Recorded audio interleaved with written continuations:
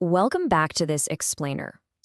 Today we're diving into some absolutely fascinating clinical data straight out of Harvard, Stanford, and Georgetown. We're going to uncover what exactly happens to your brain when you just flat out quit social media for 30 days. And hey, we aren't just talking about feeling, a little less distracted. We're looking at real, measurable neurological changes here. We're going to explore the phases your brain goes through, the psychological hurdles, and the actual step-by-step clinical protocol to really pull this off. But to really understand the stakes of what we're dealing with here, just consider this.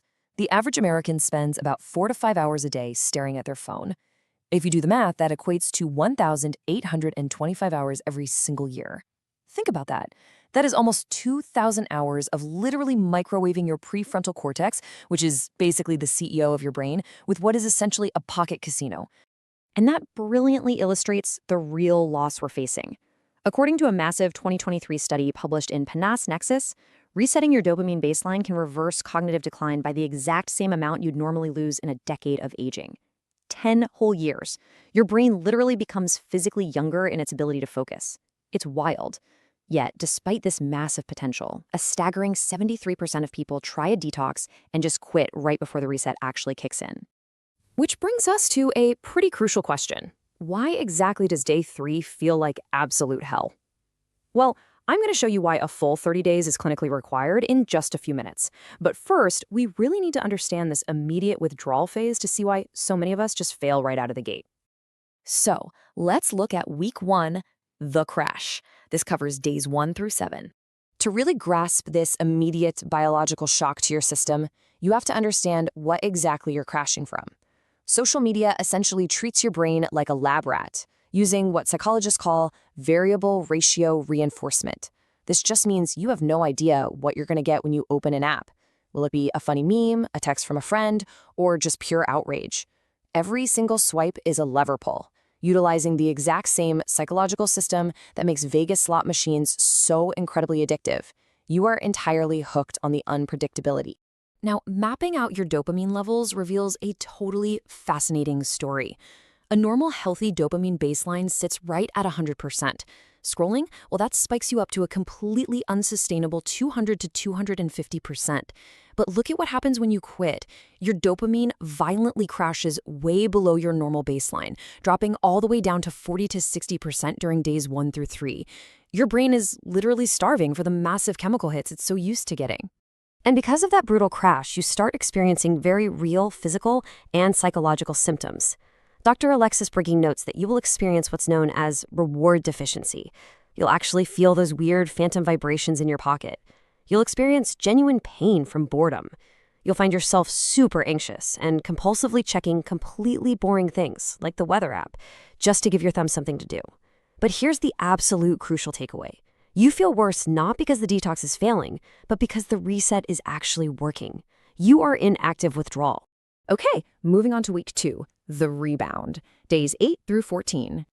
This right here is the first major physiological turning point where your completely desensitized dopamine receptors finally begin to heal. Around day 4 of a reset, your prefrontal cortex actually begins to light back up on fMRI scans. It's waking up. And by day 14, PNAS data reveals some massive objective improvements across the board. We're talking mood going up 18%, sustained attention increasing by 23%, sleep quality jumping an amazing 31%, and depression scores dropping by 22%. And all of this happens naturally, just as your screen time plummets from over 300 minutes to roughly 160 minutes a day. So why do you feel so much better? It's because you've basically swapped out your brain's entire operating system. You went from hijacking dopamine through passive scrolling, where you're getting rewarded for essentially doing nothing, to actually earning it through real-world actions. Things like finishing a great book, having a deep conversation, or getting a workout in. Your brain had completely forgotten how to earn its dopamine. And now, in week 2, it's finally remembering how to do it. Which brings us to weeks 3 and 4, the recalibration. Now, a super crucial point here is understanding exactly why a trendy 7-day or even a 14-day detox just isn't enough to fix the problem permanently. Harvard's follow-up MRIs demonstrated something truly fascinating. A 14-day detox definitely gives you temporary benefits, sure, but the cravings are still lurking right beneath the surface. The clinical data shows that a 30-day minimum is absolutely required to achieve sustained attention gains and a permanent trait change. That means after 30 days, the improvements don't just vanish the second you look at a screen again. And more importantly, you literally lose that internal nagging desire to scroll. In the world of neuroscience, the death of this deep-seated craving has a specific name: defeating incentive salience. Incentive salience is when a cue, like just seeing your phone sitting there on the coffee table, automatically triggers a powerful biological craving or motivation for a reward. It's a reflex. But by day 30, that link is entirely broken. The mere sight of your phone no longer triggers a biological urge for a dopamine hit. You are finally back in the driver's seat. And just to highlight how incredibly severe and carefully calculated this engineered addiction really is, consider this wild number: 4.7 million pounds. A California jury recently ordered Meta to pay that exact amount to a user, and they utilized this exact science in the courtroom to win the case. The lawsuit proved how these platforms are deliberately designed from the ground up to exploit your baseline dopamine system. So hey, this isn't just a lack of willpower on your part. It is a literal battle against incredibly well-funded algorithms. All right, let's talk about the risks and warnings. There are 3 specific groups who really need to be careful with this. Because we are dealing with real potent neurochemistry here, JAMA and Harvard data outline 3 specific risks to watch out for. First up is replacement addiction. Look, if you simply swap Instagram for binging Netflix for 6 hours a day, you just changed casinos. You totally ruin the reset. Second, if social media happens to be your only social outlet and you suffer from clinical depression or anxiety, going cold turkey can dangerously spike your feelings of isolation. And finally, withdrawal mimicking. Days 1 through 5 of this reset can look and feel exactly like a major depressive episode. So for anyone with pre-existing mental health conditions, doing this with a healthcare professional's support is highly, highly recommended. Always keep this guiding clinical principle in mind throughout your journey. The objective here is to recalibrate your motivation, not to eradicate your brain's natural reward system entirely. As the quote says, the goal is normal dopamine, not no dopamine. You want to reset it, not delete it. Dopamine is literally the chemical of motivation and drive. We just want to get it back to its natural, healthy baseline. So how do we do it? Let's get into the reset protocol, the actual Harvard roadmap. How do we actually pull off this recalibration without just white-knuckling our way through it and inevitably failing? Well, here's the step-by-step protocol. Step 1. Block social media only on your highly compulsive device, which is your phone. You can totally keep it on your laptop because that's far less mindlessly addictive. Step 2.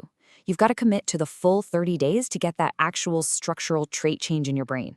Step 3 is crucial. Consciously replace the empty time. Your brain absolutely abhors a vacuum. If you don't actively plan walks, reading a book, or calling friends, you are going to relapse. Step 4. Track a single metric. It could be your mood on a scale from 1 to 10 or pages read. Your brain needs those little daily wins to stay motivated. And finally, step 5. After 30 days, reintroduce the apps strictly with 30-minute friction timers. Absolutely no infinite scrolling allowed. Now, once you've successfully completed the 30 days, how on earth do you maintain this new superpower?